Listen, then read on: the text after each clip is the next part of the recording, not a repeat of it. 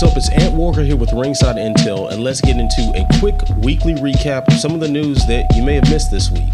First up, let's talk about Inoue. This past Tuesday morning, depending on where you are in the world, he got a 7th round stoppage over TJ Doheny. And once again, he proved exactly why he sits so high on the pound for pound list for Ringside Intel and many other outlets as well. He actually got this stoppage by hitting a body shot, which seemed to cause a back injury in Doheny. And as unbelievable as that sounds, that's the level of talent and just pure punching power that Inoue possesses. To all the American fans out there, I understand, waking up in the middle of the night to watch this guy perform is a tough ask. I didn't watch it live. I had to watch it the next day because, I had to sleep. But I suggest you get familiar with what he's doing because this is one of the best guys out there competing now, and it's a pleasure to watch.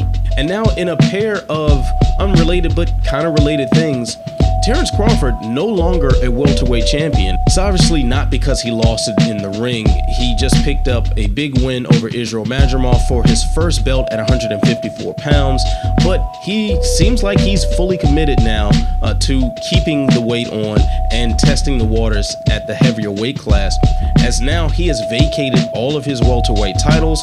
And now one of the men who has benefited from Crawford vacating the title seems to have a path set for him. It's just not the path that a lot of people were hoping to see or the one that we expected. And we're talking about Jaron Boots Ennis. So now Boots Ennis has been elevated to the IBF champion, and we expected to see him face Brian Norman Jr.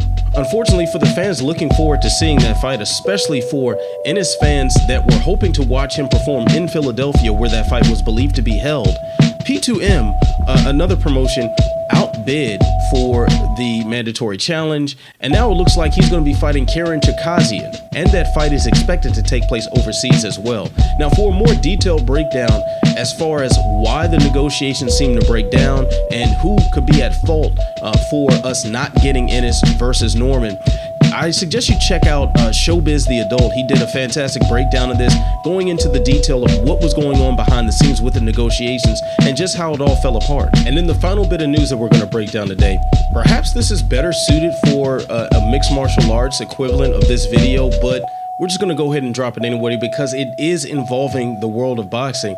Fedor Emelianenko and Andrei Arlovsky, two of the greatest heavyweights in MMA history, seem to be headed on a collision course for a rematch in boxing. Multiple reports have surfaced saying that these two will meet in the promotion RCC. Now, this will be a rematch over 15 years in the making. They first met in January of 2009 under the Affliction banner. It was a first round stoppage in favor of Emelianenko, one of the greatest highlights in the last Emperor's career, as he literally just seemed to snatch Arlovsky out of the sky with a single punch that put him unconscious. Emelianenko famously retired from mixed martial arts last year, and Andrei Arlovsky parted ways from the UFC just a few months back. So it seems like this could be the right time to put them two together, and at least they're age appropriately paired as well. So that's some of the boxing news that may have flown under the radar this week. Drop it in the comments. Let me know what headlines that we may have missed, what headlines you think might have deserved a little bit more attention. So remember to like, subscribe, share, tell a friend to tell a friend, tell that friend to tell 10 more friends. Stay locked into Ringside Intel. I'm Ant Walker. Peace.